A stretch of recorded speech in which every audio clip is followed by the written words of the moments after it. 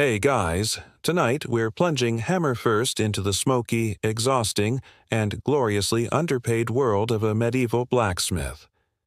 Imagine waking up before the roosters in a one-room cottage that smells permanently like sweat, smoke, and hot iron. You don't get a weekend, you don't have a union, and if you're lucky, your first injury of the day won't be from tripping over your own tools in the dark. The forge is already calling, hissing like an impatient beast. You roll out of bed, if a straw-stuffed sack even counts as one, and pull on clothes that haven't been clean since the last full moon. The air's cold, but your small fire's burned out, so your hands are already stiff. You stretch, your back cracking like a splintered cartwheel, and glance toward the smithy next door where today's slog awaits. You probably won't survive this, but hey, you look great in soot. So, before you get comfortable, take a moment to like the video and subscribe, but only if you genuinely enjoy what I do here. Also, drop a comment with your location and local time. I love seeing where you're all listening from. Now, dim the lights, maybe turn on a fan for that soft background hum, and let's ease into tonight's journey together. You step out into the village before sunrise. It's misty and quiet, save for a dog barking in the distance and a sleepy rooster realizing it's already late. You trudge toward your forge, where yesterday's fire has died to cold ashes. The air still smells like scorched leather and something vaguely metallic. As you push open the heavy wooden door, you're greeted by the chill of a room built to trap heat, though not successfully. The forge sits in the middle like a grumpy dragon waiting to be fed. You mutter something unrepeatable under your breath and get to work. The first job is rebuilding the fire. You pile in charcoal and kindling with calloused hands, hoping today's batch isn't too damp. You pump the bellows until your arms feel like noodles and listen for the familiar whoosh of flames catching. The forge slowly glows red, and that's your cue to start sweating for the next 12 hours. You reach for your tools, which are exactly where you left them yesterday, in disarray. A heavy hammer, tongs, and a handful of half-formed nails and horseshoes. Every surface is dusted in black, and you're already filthy just from breathing near it. As the forge roars, you remember why you never really need breakfast. The thick smell of smoke fills your nostrils and, frankly, kills your appetite. You shove a piece of bread in your mouth anyway, stale, of course, and crunch through the crust like it owes you money. Back in the day, blacksmiths were respected in the village, sort of. You were indispensable, but no one wanted to marry their daughter off to the guy who smelled like burnt metal and had soot embedded in his ears. Historians still argue whether blacksmiths held more status than millers or coopers, but let's be honest. No one envies a life where your best accessory is a thumb burn. You start your first project, refitting a plowshare for Old Man Guthrie, whose ox apparently prefers decorative farming to actual labor. You heat the metal until it's red hot, then place it on the anvil with the care of someone who knows that one slip could mean a month of bandaged fingers. Then comes the hammering. Rhythmic, brutal, deafening. The anvil rings with every strike and you feel it in your bones. It's almost meditative, until you realize your arm has gone numb and your apprentice still hasn't shown up. Again. There's a moment when a spark catches your sleeve and singes a hole in it. You pat it out with a grunt. Just another minor fire hazard in your ongoing dance with occupational doom. No biggie. A cat strolls in, meows like it owns the place, and settles near the bellows. You've named it Ash, partly for the color and partly because that's what your lungs are full of. It coughs. You cough. A tender bonding moment. By mid-morning, you've already sweated through your tunic, and your face is a delightful mix of soot and despair. But the plowshare looks halfway decent, so you dunk it into the water trough. Steam erupts with a hiss that sounds eerily like a dragon sighing in disappointment. You sit on your stool for a minute, wiping your forehead with a cloth that's dirtier than the floor. Someone knocks. A messenger with a new commission. A broken gate hinge for the manor house. Great. Another job that pays in vague promises and exposure. Still, you nod and accept it. It's not like you can say no. You're not a noble. you don't have options. You just have a fire to feed and a list of aching joints that gets longer with every swing of the hammer. It's only been a few hours, and you're already wondering how it's not yet lunch. You glance out the window, if you can call a hole in the wall a window, and squint at the sun, high enough to be halfway through the morning, low enough to make you question time itself. But you've got a job to do, and iron won't shape itself. You stand back up, feeling every muscle complain, and reach for the next piece of metal. Another day, another chance to lose hearing and gain a new scar. You mutter, "Should have been a baker," and get back to work. You haul the sack of charcoal onto your back, its dust sneaking instantly into your nose, ears, and every fold of your already filthy shirt. It feels like carrying a sack full of ground-up bricks, but this is the good stuff. Oak charcoal, slightly overcooked in the kiln. Anything less and the forge just sulks and refuses to stay hot. You trudge down to the storage shed again because, of course, one sack is never enough. Fueling the fire isn't just a chore, it's a ritual of desperation. Without it, you're just standing in a fancy stone box with a hammer. And in medieval terms, charcoal is the equivalent of gold dust, just dirtier and less socially valuable. You're already worried the winter stash might not make it through the month, especially with that noble's order coming in soon. He wants 4 horseshoes, 3 hinges, and 1 ceremonial dagger that must sparkle like a sunrise. You're still not sure what that means, and you're too underpaid to care. As the forge begins to pulse again with light and heat, you stoke the coals like you're feeding a very angry oven with a taste for pain. The bellows groan under your grip, those wheezing goatskin lungs sounding like a grumpy choir. You'd think some local engineer might have invented something better by now, but no. Here you are, relying on centuries-old air-pushing tech while your shoulder starts to scream. Meanwhile, you keep thinking about how inconsistent the heat is. One moment it's too low, the next it's trying to cook your eyebrows off. Historians still argue whether medieval forges actually reached consistent enough temperatures for steelmaking, or whether smiths just got really good at pretending. All you know is, your eyebrows miss the good old days when they existed. You reach for your iron bar and slide it into the coals. It glows slowly, from dull orange to yellow, like a sunrise forged in hell. You try not to blink. Timing is everything. Pull it too early, it bends like butter. Too late, and it snaps like a breadstick. And not in the good way. You yank it out at just the right time. The tongs bite into the bar, and you haul it to the anvil. The hammer's weight is suddenly twice what you remember.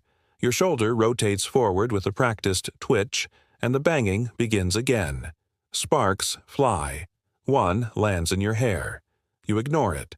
By now, the room is a sauna, and you're standing dead center. There's a reason blacksmiths don to wear fur cloaks or even proper shoes half the time. Everything gets soaked or scorched. Your tunic is stuck to you, and you're convinced the sweat is made of iron filings. Probably is. At some point, the door creaks open and in walks your apprentice. Finally. He looks well rested, probably had breakfast too. He tries to mumble an excuse, something about his aunt's cow and a surprise birth. You raise an eyebrow, then hand him the shovel. No time for lectures. The ash pit is full and someone has to dig it out before it clogs again. The ash pit, by the way, is basically a medieval dust grenade waiting to go off. One bad scoop and you'll be coughing up soot for the rest of the week. That happened once last summer. You sneezed black for days. Everyone thought you had plague. Good times. You get back to your iron bar, shaping it into a horseshoe now. The heat has to stay just right while you curve the ends and punch the nail holes. You try to zone out, let the rhythm take over. Hammer, turn, hammer again. But your arms refuse to forget how tired they are. Your hands ache. One of your knuckles has started making a weird clicking sound you're choosing to ignore. Midway through the process, a fly lands directly on your eyelid. You flinch, curse the gods, and swing too wide, denting the edge of your work. Congratulations! You've just earned yourself an extra 20 minutes of repair. You consider blaming the apprentice. Lunch isn't for another couple of hours, but you chew on some leftover jerky tucked into your belt pouch. It's tougher than the leather it was wrapped in, but it's food. Kind of. Your stomach grumbles in protest. Then, as if summoned by your hunger, the local tanner arrives. He wants 4 buckles and a knife, all by next week. You nod slowly, mentally adding it to the growing list of impossible things I'll be blamed for not doing.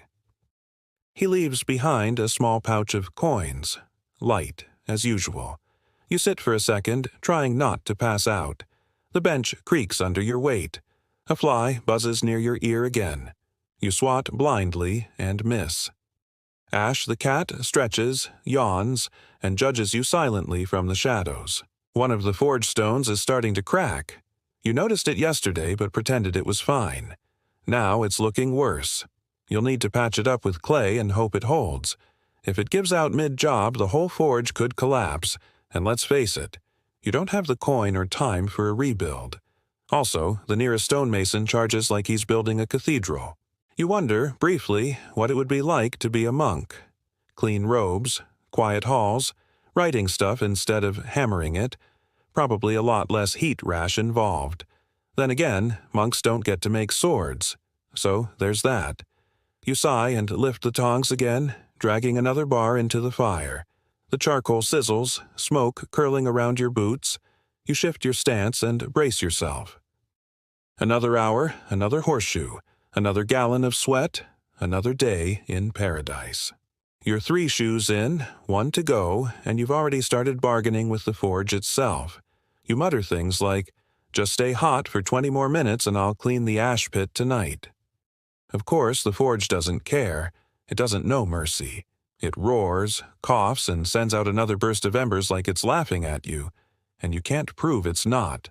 The thing about being a blacksmith, besides the constant heat, the smell of scorched wool, and your increasingly flammable eyebrows, is that you're also expected to be a part-time vet, mechanic, and, occasionally, therapist to villagers who think their hoe is cursed. You do not have a priest's qualifications, but you do have a hammer, and that seems to be enough for most people. The horseshoe you're working on starts to curl just right. You tap it into place, adjusting the arch like you're coaxing a fussy cat onto your lap. It's delicate work, weirdly enough. The stereotype is big, brute strength, but blacksmithing is more like high-stakes baking with fire and metal. One wrong tap and boom, it's ruined. And unlike cookies, you can't just scrape off the burnt bits and try again. Out of the corner of your eye, you see young Thomas. Yes, the same apprentice who thought sifting ash meant poking it with a stick for 20 minutes, attempting to sharpen a blade. You wander over, sweat sticking your shirt to your ribs, and take the file from his hands. "Like this," you mumble, dragging it across the edge slowly, deliberately. The hiss of metal on stone fills the room. He nods. He won't remember. Back at the anvil, the shoe is ready. You quench it in the trough, a satisfying hiss rising like a steam dragon. The smell hits instantly. Hot iron, water, and soot. Not a great cologne, but it's the smell of a job almost done. You imagine bottling it. Eau de forge, smell like regret and responsibility. As you lift the next raw iron blank, your back reminds you it's still attached. The ache runs from your lower spine straight through to your teeth. You shift your weight, but it doesn't help. You keep hammering. Now, here's something that might surprise you. Most blacksmiths didn't just make horseshoes and weapons. They were your local hardware store. Nails, hinges, plowshares, locks, latches, you name it. And each item was a tiny project from scratch. No molds, no assembly line. Just you, the fire, and your increasingly skeptical patience. There's even evidence some blacksmiths dabbled in what we'd now call alchemy, mixing metals, experimenting with strange alloys. Historians still argue whether those early recipes for living steel were just wishful thinking or legitimate proto-science. You're leaning toward wishful thinking, because whatever it was, you're not being paid enough to recreate it. Outside, the village is humming with afternoon chores. You can hear chickens, the occasional yell, maybe a lute if someone's feeling brave. You haven't left the forge since sunrise. Your legs itch to walk, but you won't get the chance. A knock at the door interrupts your sulking. It's the Baron's steward, of course. He says the master wants a new latch for his garden gate, the one that won't scare the doves when it creaks. You nod slowly, as if you're taking the request deeply seriously, while wondering whether the Baron has ever considered how sound works. You know the real reason. He just wants to show off a fancy hand-forged latch to his equally smug neighbors. As the steward leaves, your apprentice leans over. "Does he tip?" he asks. You almost laugh. Almost. You find a strip of iron and begin flattening it on the anvil, sparks spitting upward like tiny protests. Your forearm tightens again. You push through. Each clang echoes off the stone walls, mixing with the smell of coal smoke and boiled sweat. It's oddly comforting, like misery that's learned to sing. For a moment, you imagine what it would be like to be a knight. Armor, glory, songs sung about you. Then you remember how heavy chainmail is and how most knights didn't actually fight dragons. They mostly stood around getting sunburned, yelling at archers and losing teeth in tournaments. You glance down at your own missing tooth, so maybe you're halfway there. By late afternoon, you finally stop to drink. The water is tepid and has a hint of iron, probably from your cup, which doubles as a quenching ladle. You don't care. Your tongue's too dry to be picky. You sit on the low bench beside the forge, close enough to feel the heat, far enough not to melt. The cat hops up beside you, clearly believing itself the true master of the shop. It yawns with contempt, stretches out, and immediately falls asleep on your half-finished dagger. Naturally, there's no such thing as OSHA here, by the way. Everything's a hazard. The forge can explode. The anvil might roll. One wrong step and your face meets a branding iron. It's all part of the charm. Somehow you've only caught fire twice this year. That's practically a safety record. The last job of the day is mending a broken key. Tiny, fiddly work that makes your eyes twitch. You file it down, reshape the teeth, then test it on the practice lock you keep in the drawer. Click. It works. You allow yourself the luxury of being mildly pleased. Outside, the sun is starting to droop behind the hills. You look around the forge. Tools scattered. Tongs hung unevenly. That same cracked stone looking worse by the hour. But it'll hold. Probably. You stack the remaining bars, clean the tongs, wipe the anvil. It's the closest thing to a wind-down you'll get. The fire is finally dimming, embers blinking like sleepy eyes. You prod it one last time and let it rest. As you wipe your face with a cloth that might have once been a shirt, you think, just another day. Another handful of sweat, soot, and hammered dreams. You're exhausted, and tomorrow will be exactly the same. You wake up sore in places that shouldn't even be capable of soreness. Your fingers feel like someone tried to braid them in your sleep, and your back is staging a protest, complete with pitchforks and chants. The sun isn't even up yet, but you are, thanks to the rooster that lives precisely 15 feet from your window and apparently has unresolved trauma to work through. You stagger to your feet, pull on yesterday's shirt, which still smells like yesterday, fire, and shuffle toward the forge like a medieval zombie. If you had the energy, you'd groan dramatically. But the forge isn't going to heat itself, and you've got nails to make. So many nails. You load up the hearth with charcoal, coax the fire back to life, and start pumping the bellows. You pull in air, out again, rhythm like a slow accordion. Your arms are already tired. Congratulations. It's not even breakfast and you're ready for a nap. The anvil's surface is cool, but it won't stay that way for long. You place your first rod into the flame and watch it slowly start to glow, like a sunrise in miniature. This is your ritual now. Heat, hammer, shape, repeat. But it's not glamorous. It's repetition. It's muscle memory. It's your ears ringing from the clang. Every single day. And this morning, your job is particularly exciting. 10 dozen nails for the village carpenter. Nails aren't glamorous. Nobody sings songs about nails, but without them, nothing holds together. Doors, carts, coffins. Yes, coffins. The carpenter builds those too, though you try not to ask where he gets the measurements. Each nail starts as a thin rod. Heat it, hammer it to a point, clip it, flatten the head, toss it in the bucket. Repeat. Try not to lose your will to live. Now, here's a fun historical fact to distract you while you tap out another 100. Blacksmiths were some of the most respected tradesmen in medieval society. People needed them constantly, for tools, repairs, weapons, even minor surgeries if you were desperate and extremely bad at making decisions. The forge wasn't just where iron got shaped, it was a place of social gravity and occasional explosions. You glance at your apprentice, who's currently sorting scrap metal like it's a personal offense. He's learning, slowly, very slowly. He's only started 3 small fires this week, which is technically an improvement. In the background, the bellows let out a tired wheeze. You relate to it on a spiritual level. As you pound away, the iron shifts beneath your hammer like reluctant dough. The nails come out, one by one, cooling in a wooden bucket filled with ash and water. The steam that rises smells like wet pennies and bad life choices. Outside, someone's yelling about a pig in the market again. That's the 3rd time this week. You make a mental note to never own pigs. Eventually, your apprentice asks what all blacksmith apprentices eventually ask. When do I get to make a sword? You sigh deeply, like a tree falling in the forest.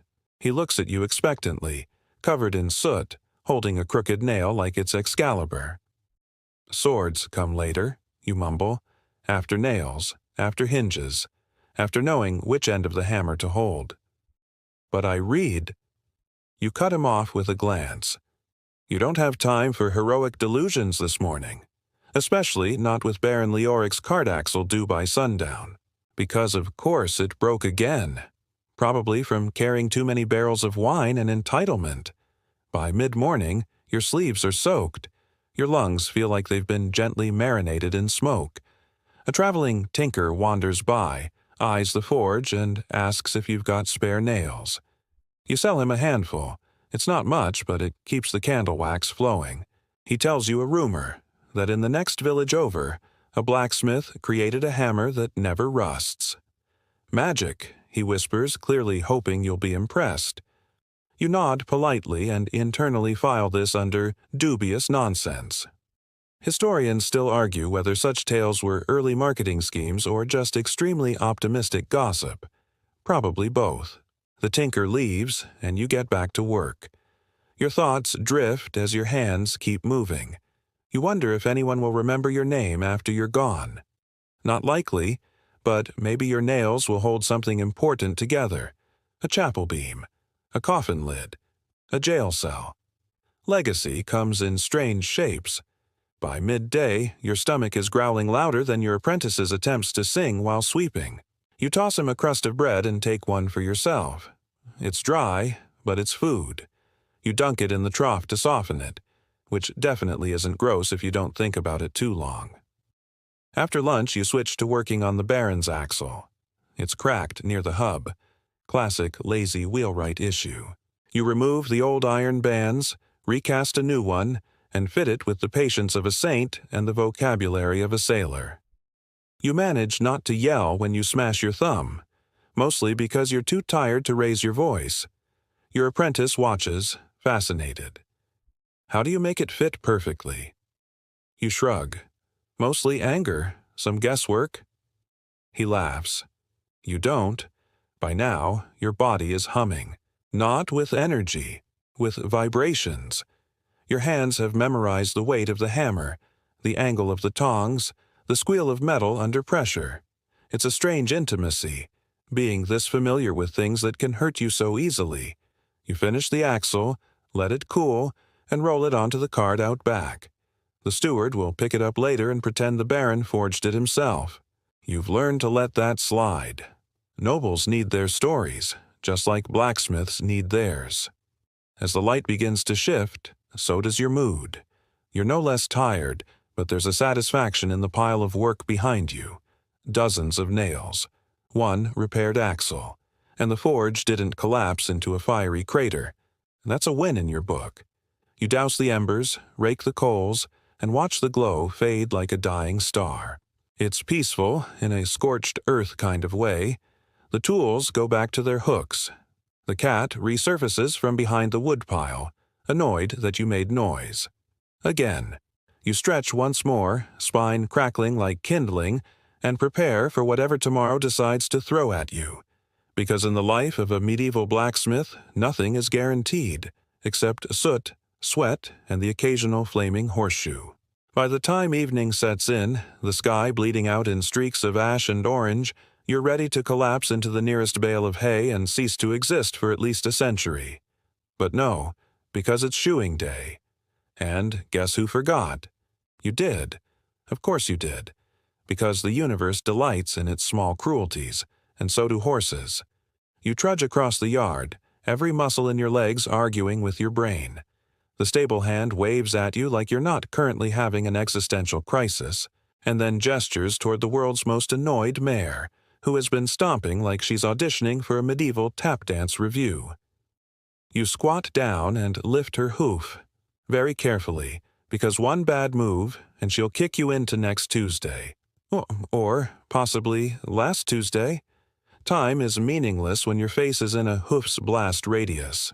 Shoeing a horse isn't glamorous. It's not the nightly fantasy everyone thinks it is. It's hot, it's awkward, and it involves more rear ends than a Renaissance fair outhouse. You scrape out the dirt and debris, file down the hoof wall, and grab a fresh shoe from your pile, because yes, you make those too. Now comes the part where you heat the shoe, and if you're lucky, the horse doesn't scream bloody murder. The smoke that curls off the hoof when the hot iron kisses it is enough to make your eyes water. It smells organic. You can pretend it's incense, if incense was burned in a barn by someone who hates you. Horseshoeing was one of the blacksmith's key tasks in many medieval villages. Sure, it sounds simple enough.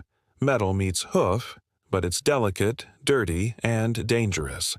The horses don't understand you're trying to help, and you, in your infinite wisdom, are crouched below a 1-ton creature whose stress response is explode. The mare nickers, unimpressed, but lets you finish. You give her a pat, and she promptly sneezes all over your shirt. Perfect. As you stagger back toward your forge, the apprentice approaches again, holding something horrifying. Is this a hinge? You look at the object. It is, somehow, less functional than a noodle. It's twisted like it's been cursed by 3 witches and a minor demon. No, you say gently, that's a modern art piece. Go melt it back down.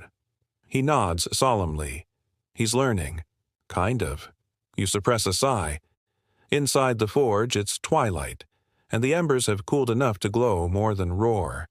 You start organizing your tools, lining up the hammers, checking the tongs, brushing the anvil. It's part ritual, part self-soothing. Everything must be ready for tomorrow's fresh chaos. And speaking of chaos, here comes your least favorite part of the evening. Bartering. The tanner shows up, covered in gods know what, and wants a new awl for leatherwork. He offers 2 chickens and something that might be cheese. You squint. It might also be a rock. 3 chickens, you counter, and none of them cursed. He doesn't laugh. He never does. But you seal the deal anyway because you need eggs, and marginally less awkward protein. Historians still argue whether blacksmiths had fixed prices or just winged it every time depending on how badly the other person needed something. Judging by your current barter rate of maybe edible goods, the answer is clearly yes. You hand over the awl, he grunts in appreciation, and you're left holding a sack that pecks you. Fantastic. After the final tools are stacked away and the chickens are grudgingly introduced to their new coop mates, you let yourself sit. Just for a moment. On the bench outside the forge, your bones hum. Your hands throb. Your clothes reek of soot, sweat, and mild poultry aggression. But the sky above is breathtaking, clear and speckled with stars. It's the only real show in town, and it never charges admission. You lean back, and for one glorious minute, you forget the blisters, the burn on your forearm from the misjudged tong placement, and the fact that tomorrow you have to patch Farmer Ewan's plow blade. Again, because he keeps hitting rocks. On purpose, probably. You wonder, as you sometimes do, whether life would be better if you'd apprenticed as a baker. Sure, there'd still be burns, but at least you'd smell like bread. And not like metal regret.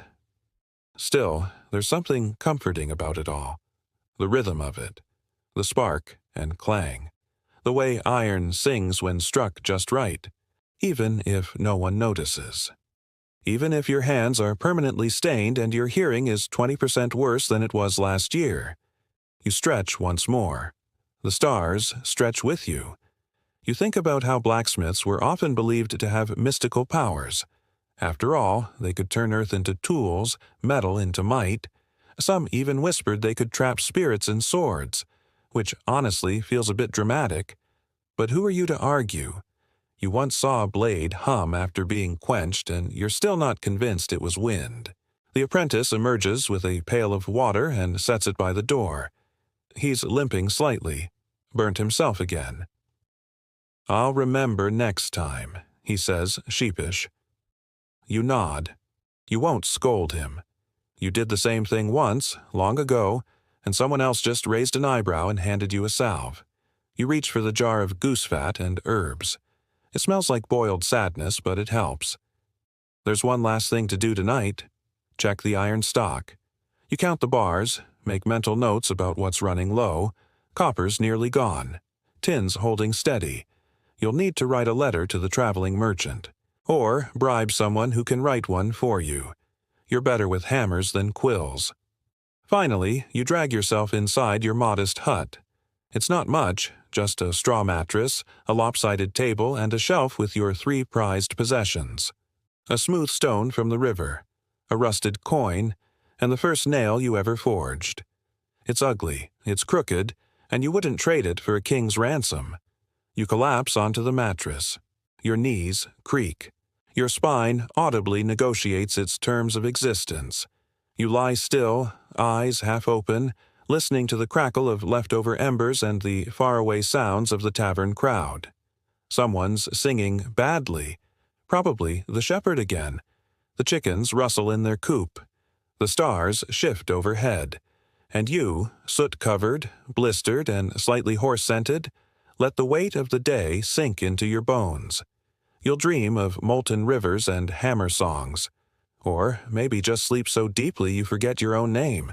Either way, you survived another day. Barely. You're awake before the rooster, because of course you are. Not because you're eager, but because your back has once again declared a small rebellion against sleep. Your spine cracks like a poorly made hinge as you sit up, and the air inside your hut is still thick with the smell of ash, and yesterday's regrets. You don't even bother to stretch. What is the point when your shoulders sound like a haunted xylophone? Today is Blade Day, which in theory sounds exciting. There's something noble about forging a sword, right?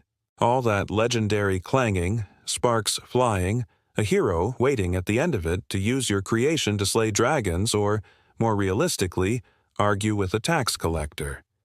But before you get to that, there's the prelude, the sharpening of sickles, the hammering of scythe blades, and, tragically, the annual reshaping of the mayor's decorative dagger.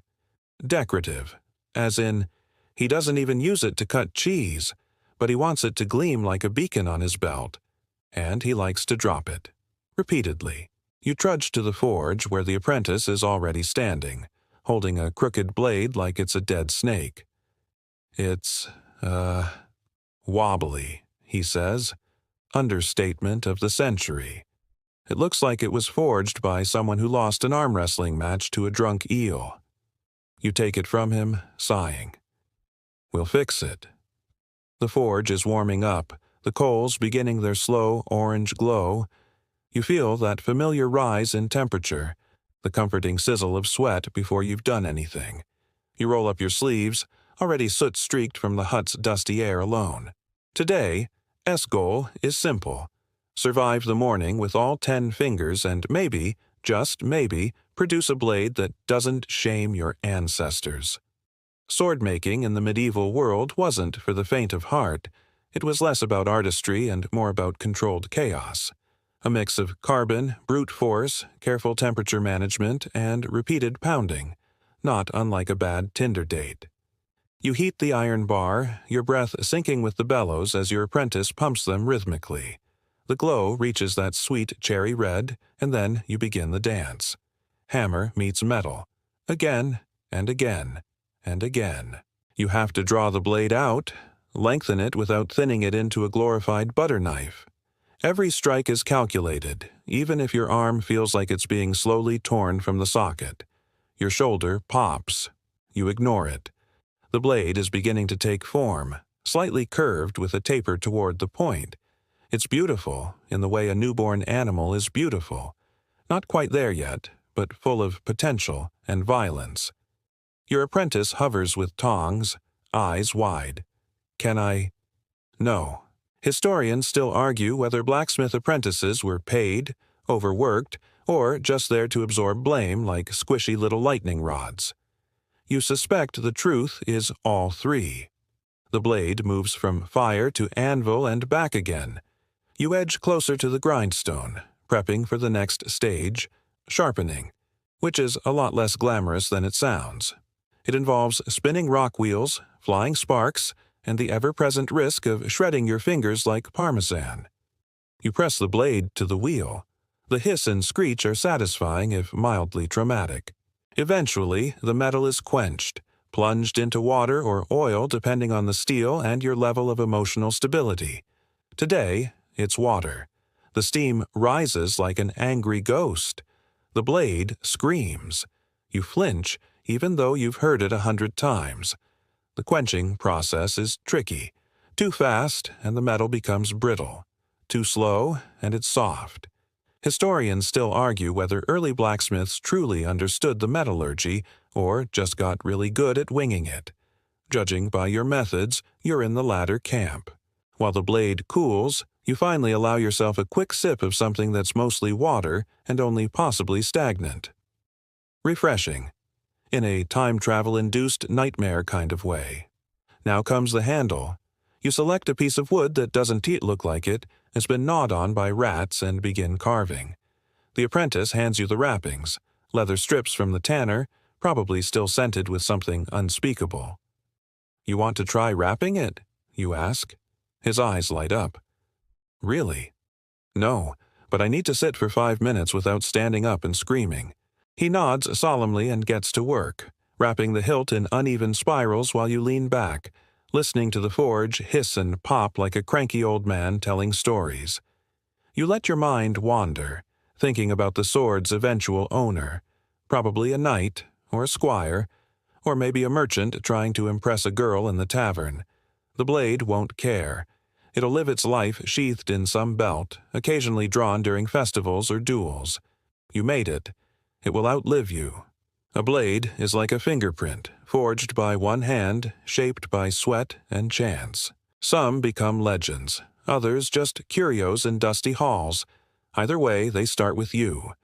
A memory flickers. Your master, years ago, tapping your wrist with a hammer handle. It's not just about strength, it's about listening. You didn't understand back then. You do now. The metal talks. Not with words, with resistance, with heat, with hums. As you finish inspecting the blade, the apprentice asks, "Is it done?" You give the hilt a final tug. The balance is good, not perfect, but serviceable. "It's done enough," you reply. He grins. You don't. You're already thinking about the next project. A broken lock, a misshapen ladle, the mayor's inevitable request for more polish. Outside, the villagers begin to stir. Carts roll past. Chickens yell at nothing. Children squeal, playing a game involving rocks and lightly bruised shins. A dog trots by with someone's boot. Inside, you clean your tools, humming a tune your master used to mutter, something about rivers and anvils. You don't remember all the words, just the rhythm. There's a strange satisfaction in finishing a blade. It's not joy exactly. More like quiet triumph, like surviving another day in a world that throws endless tasks and sore joints your way. You place the sword on the bench, glinting in the morning light. It's not perfect, but it's real, and it's yours. You glance at the apprentice, now inspecting his bandaged hand where he nicked himself wrapping the hilt. Lesson learned. He nods. Blades bite. Exactly. You take a breath, letting the forge's heat wrap around you like a second skin. Then you step outside into the blinding light of mid-morning, eyes squinting, joints creaking. Another sword made, another ache earned, another page in the long soot-streaked book of being a blacksmith. And you're only halfway through the day. Lunch is theoretically a break, but really it's just a tactical retreat from the heat and hammering, except you don't get to retreat anywhere pleasant. You slouch on a stump just outside the forge, gnawing on a hunk of coarse bread that has all the moisture of gravel and the texture of regret. A bit of salt pork sits beside it, slick with just enough grease to shine in the sunlight like a cautionary tale. You chew slowly, jaw clicking with every bite, the kind of chewing that makes you nostalgic for softer foods. Or dentistry. You glance up at the sky, where the sun is taunting you like a judgmental landlord. Hope you're hydrated, it seems to say, as you take a sip from a wooden cup that may or may not have had yesterday's forge soot rinsed out. The afternoon list of repairs isn't glamorous. Someone's brought in a set of hinges that look like they've been salvaged from a haunted house, a pitchfork with one bent tine, a candle mold, dented beyond recognition. These are the projects that rarely make it into epic songs or tapestries, but they're your bread and butter, sometimes literally. As you re-enter the forge, the heat slaps you again. It never really goes away, but somehow the afternoon wave feels more aggressive, more personal. Your shirt is already sticking to you in weird, topographical ways. Your hair smells like fire and metal. Your fingernails haven't been truly clean since spring. You clamp the candle mold into place, heating the deformed area. Candle molds aren't difficult, but they're tedious. Everything has to be symmetrical, smooth, and unwarped, or the wax hardens like something out of a horror show, and you will hear about it. Oh yes, Miss Alder from the chapel will come storming in to explain that her devotional candles look possessed. Again. You smooth the metal out with a rounded hammer and file down a small lip that was catching. It's not art, but it's satisfying in the way brushing your teeth is satisfying. Routine, low stakes, quietly essential. Your apprentice is working on the bent pitchfork, trying not to make it worse. You glance over. Try warming the joint first, you say. He blinks like you've just cast a spell. The metal won't fight you as hard if it's not freezing cold. Right, he says, nodding furiously. He then immediately drops it into the coals. Progress. Historians still argue whether apprenticeships in the medieval world followed formal guild structures across all regions, or if half of them were just local kids too unlucky to dodge eye contact when someone asked for help. Yours? Probably the latter. His name might not even be his real one. You've called him Finn for so long you've forgotten if it started as a nickname or just your best guess. Next up is the hinge.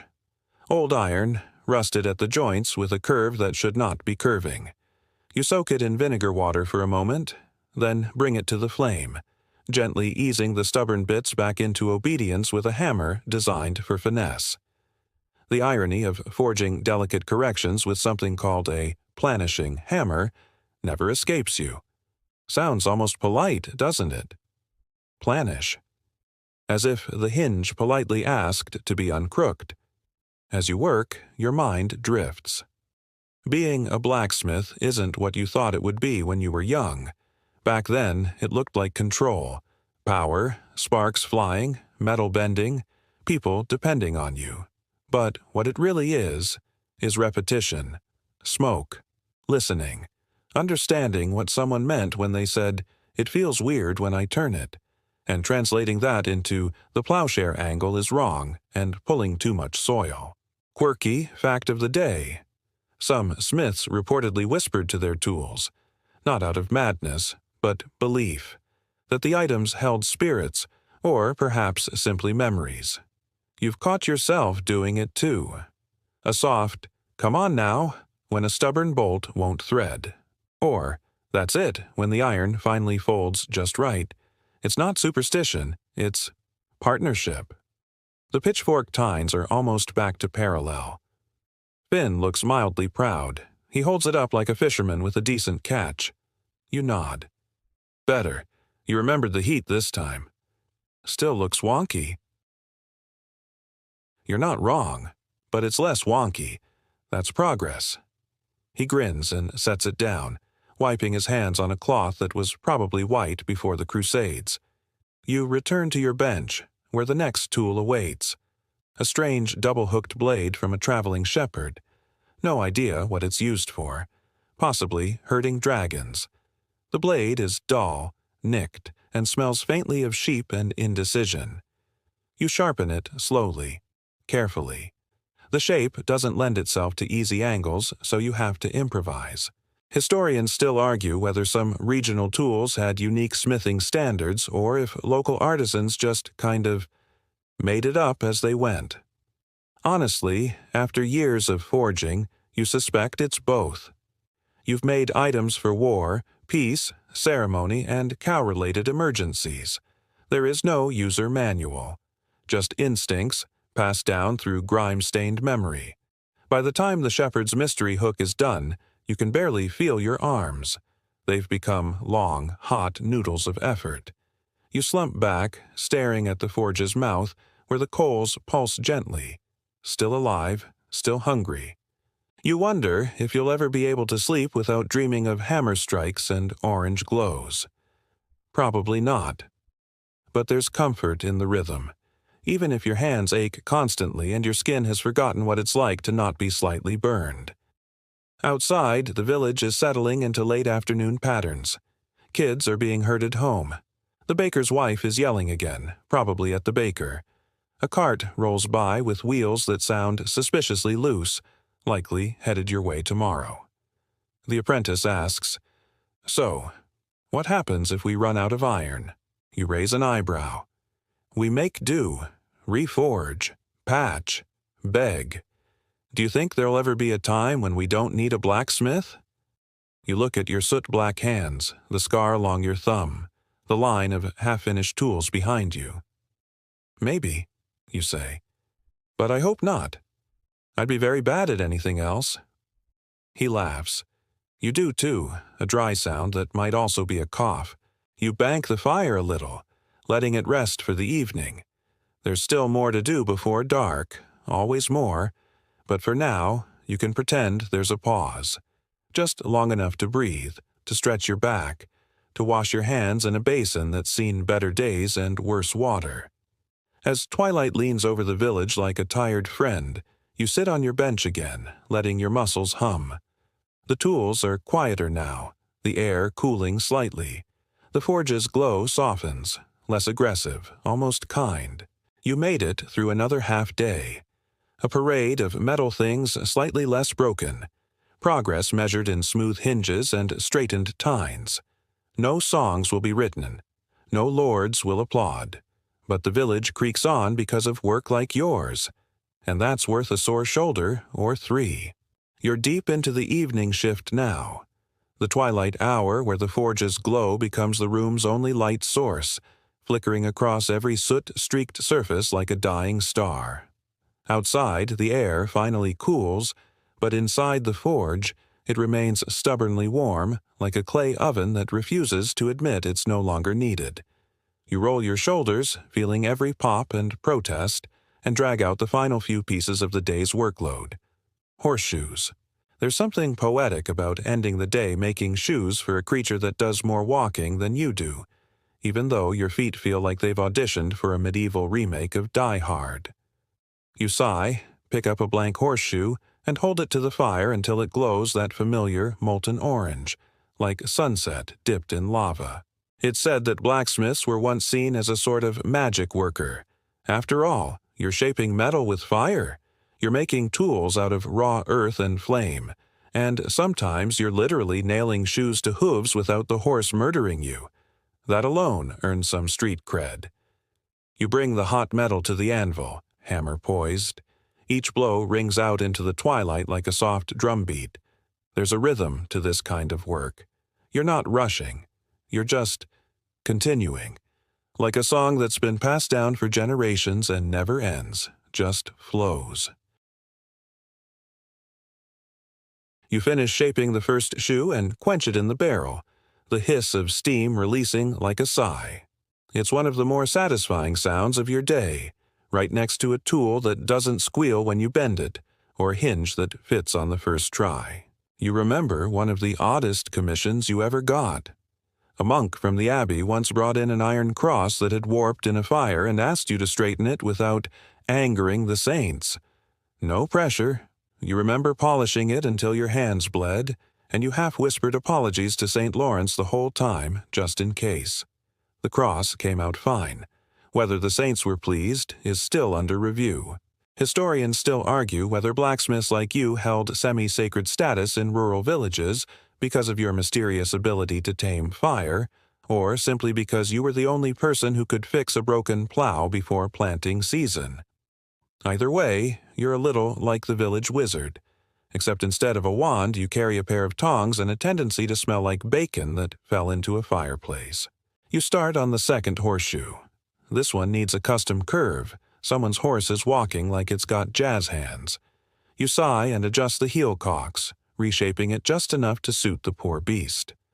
The hoof print mold beside your workbench is worn and scuffed from years of shoe fittings. You know each type by heart. The war horses, broad and heavy. The field horses, leaner, longer. The occasional pony, which always manages to kick you despite being 3 feet tall. Finn, your apprentice, wanders back in with a bucket of water. "Thirsty?" he asks. "Always," you grunt, wiping your brow with a rag that smells suspiciously like cabbage soup. He sits nearby, watching you shape the metal.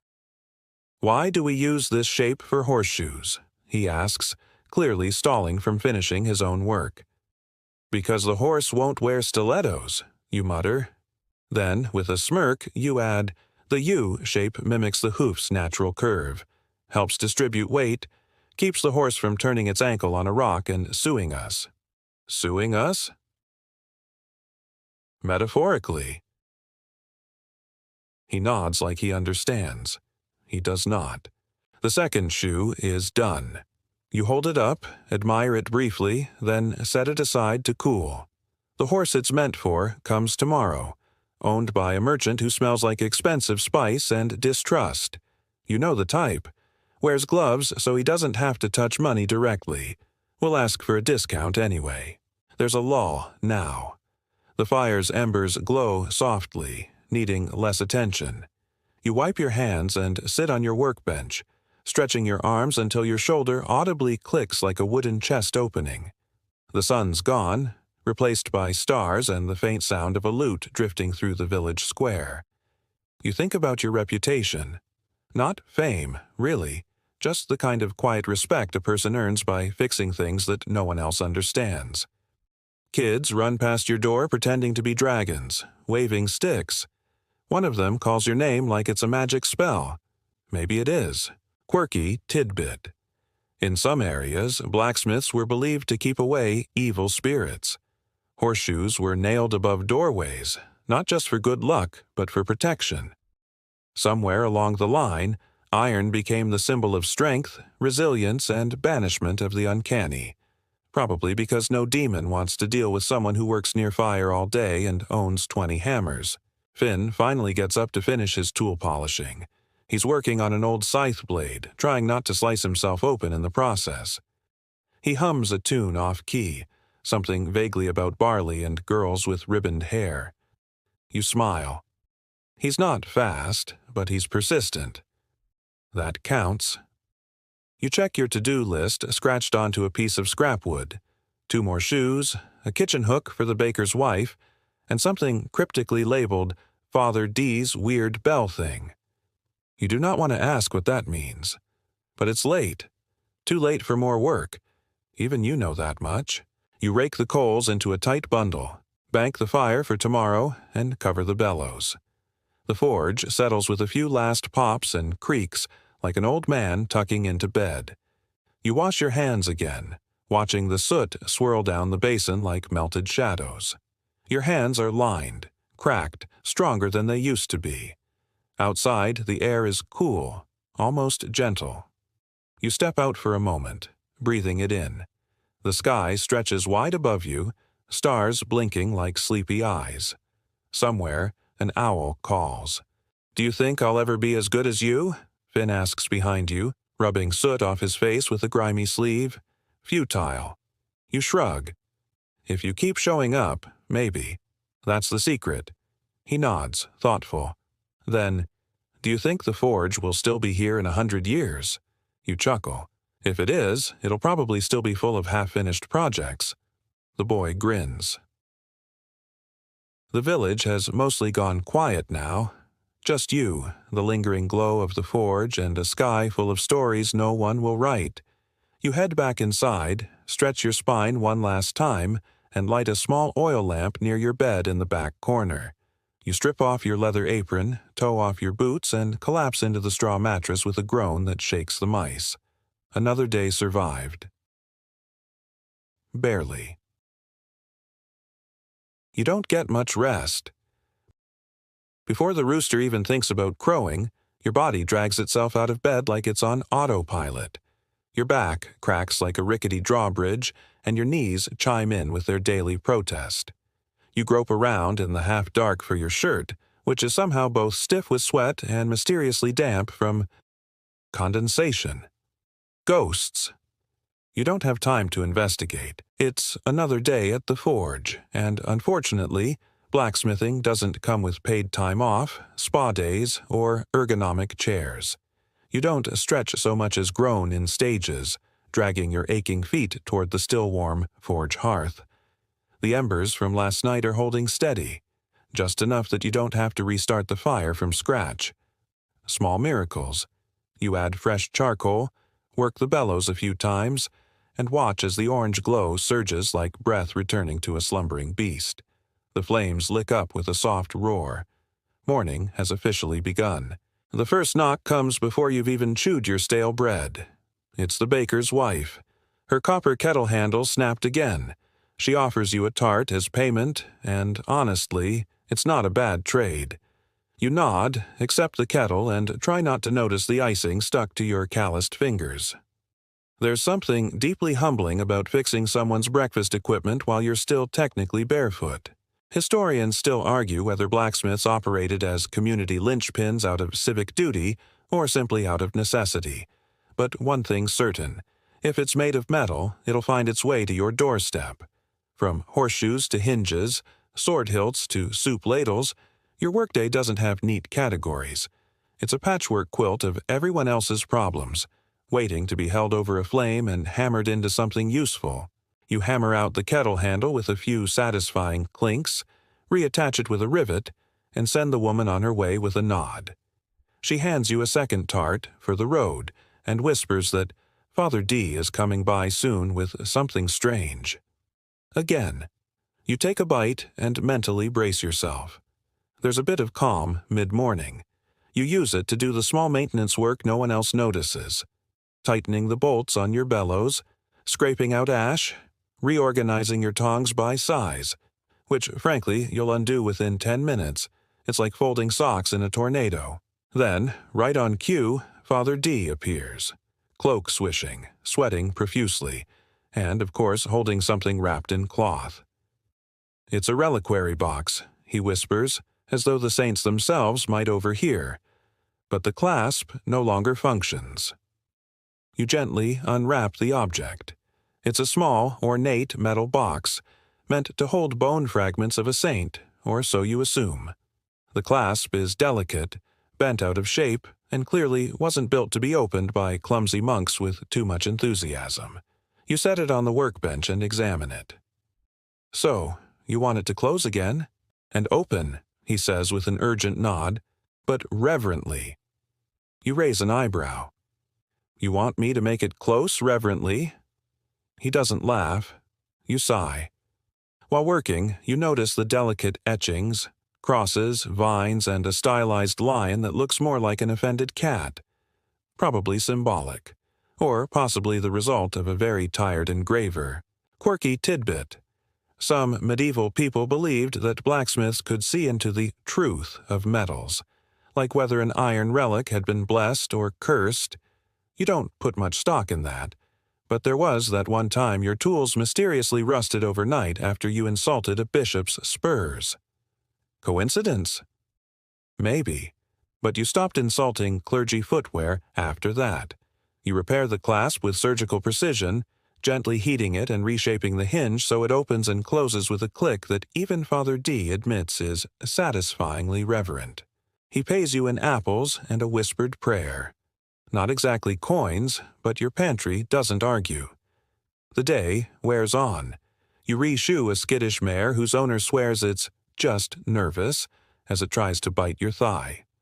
You mend a farmer's plow blade that cracked in the frost and try not to lecture him about using cheap iron. You even take a moment to fix the latch on your own front door, which has squeaked for 6 months like a tortured mouse. Lunch is half a boiled egg and some yesterday's cheese, eaten standing up while watching Finn almost drop an axe head on his foot. He doesn't, and you don't compliment him, because that would encourage him to test fate again. You do teach him a new trick, though, how to hold tongs at the base to reduce vibration in the wrist. He listens, actually listens, and you allow yourself a brief moment of pride. Then he drops the tongs anyway. There's a moment when everything aligns. The forge is hot, the tools are sharp, and you're halfway through forging a custom gate hinge that fits perfectly on the first try. It's like your brain and body remember something older than you, older than the village, older maybe than language itself. The rhythm of metal and fire and form, the sweet spot where the iron yields but doesn't collapse, where it becomes something better than it was before. You don't get many perfect moments, but this is one. And then someone shouts, "Smith, the cartwheel broke again." You groan.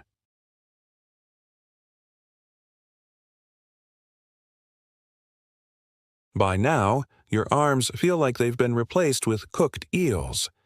Every hammer blow bounces a little more. Every footstep echoes up your spine. You cool down the forge slowly, watching the last flames retreat like shy cats under a door.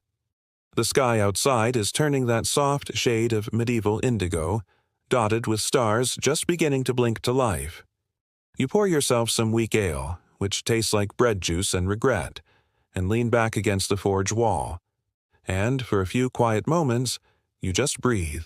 You made it through another day of twisted metal, impossible requests, religious trinkets, angry horses, and people who pay you in apples. You don't get applause. You don't get a statue. You get sleep, if you're lucky. And tomorrow. More of the same. The midnight hour brings no mercy. You think the day's toil might fade into peaceful dreams, but your body has other plans. Your muscles twitch like caged animals, haunted by the hammer's rhythm and the relentless heat of the forge. The ache in your shoulders hums a relentless lullaby, promising neither rest nor reprieve. Outside, the village sleeps under a blanket of stars, but your mind replays every clang, every misfired strike, every complaint from the baker's wife or the cooper's nephew. You probably won't survive this, at least not without feeling like a medieval zombie by dawn. Your back cracks again, reminding you that blacksmithing is less about crafting weapons and more about forging patience, tolerance, and an intimate knowledge of aches you didn't know your body could produce. So, you roll on to your side, willing the world to hush, but the faint creak of your wooden bed and the distant lowing of cattle make sure that silence remains an elusive luxury. Here's a quirky tidbit. Some medieval smiths believed that sleeping with a horseshoe under the pillow could ward off nightmares and even bad luck. You consider the idea, but you're too exhausted to fish around under your lumpy mattress. Besides, you figure your nightmares probably involve a particularly grumpy mule and a failed forge fire. As you drift toward unconsciousness, your mind wanders to your tools, each with its own story, nicked and worn from years of use. the hammer that once belonged to your father, the tongs you inherited from an uncle who swore by their grip, and the anvil that might as well be a second heartbeat. They're more than metal and wood. They're your lifeline. A sudden noise jolts you awake, a skittering in the corner, the faintest shuffle on the floorboards. You sit up, heart pounding, and squint into the dark. Rats, probably. They're as persistent as the demands of your neighbors and twice as annoying. You sigh, slide out of bed, and grab a piece of stale bread to toss their way. You stare out the small window, watching the moonlight cast silver patterns across the village rooftops. In this quiet moment, you remember that blacksmiths weren't just grinders of metal. They were the pulse of the village, the unseen backbone holding everything together. The smith's hammer wasn't just a tool. It was a symbol of resilience and survival. Tomorrow the bellows will roar again, the hammer will strike metal, and the dance of fire and iron will continue. But for now, in the hush of night, you allow yourself a few precious moments of peace before the relentless grind starts anew. You wake again to the first birdsong, the sun barely creeping over the horizon but already promising heat. The day ahead is another unrelenting challenge, but you drag yourself out of bed with the stubbornness of an old mule. Fitting, since you'll be shoeing plenty of those soon enough. You step outside and breathe deeply. The air smells of damp earth, smoke from last night's fire, and something else.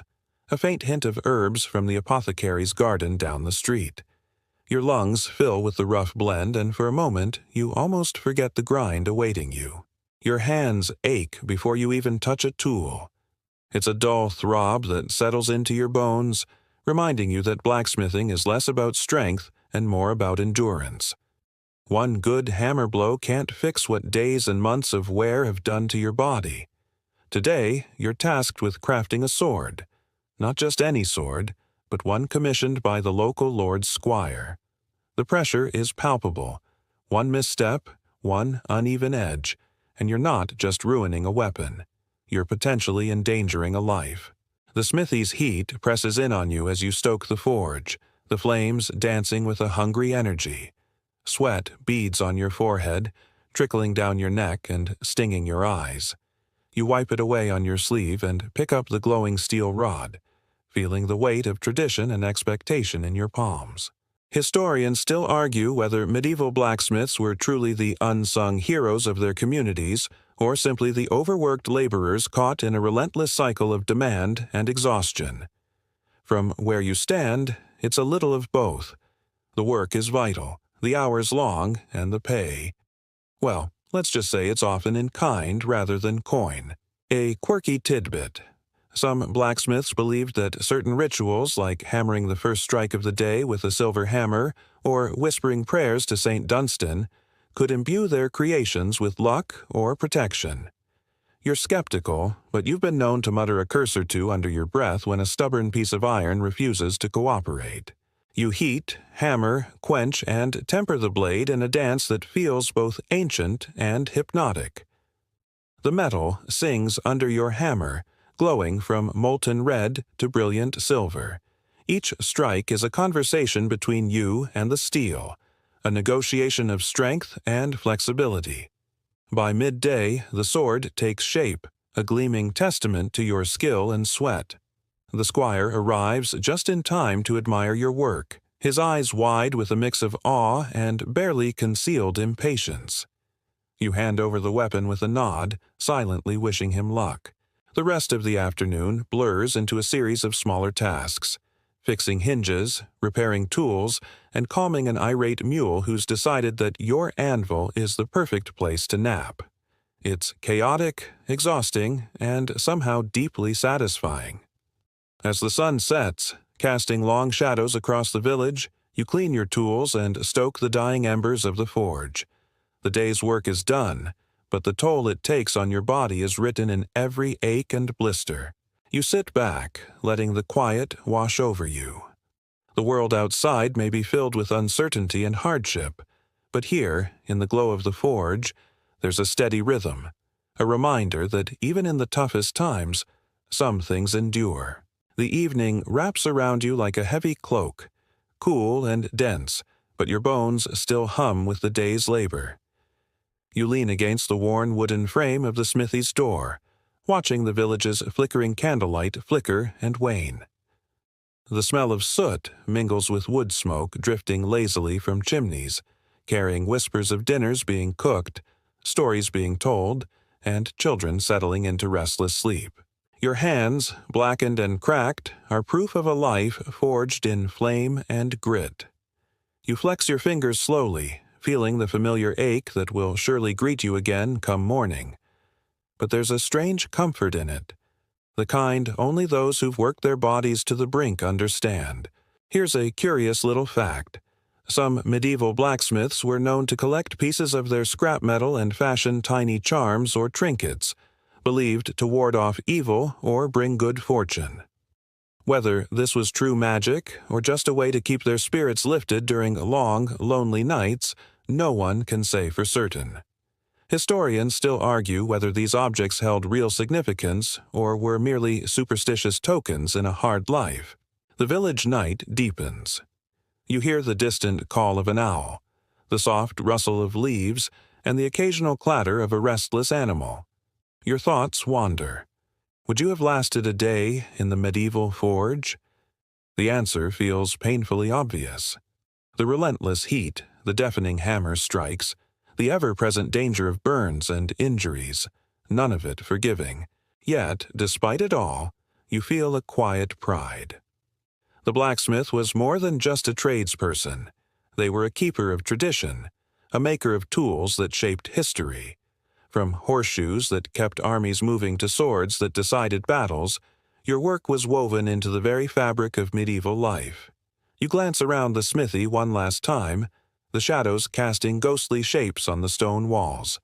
Tomorrow promises another day of sweat and fire, but for now, you let the stillness settle.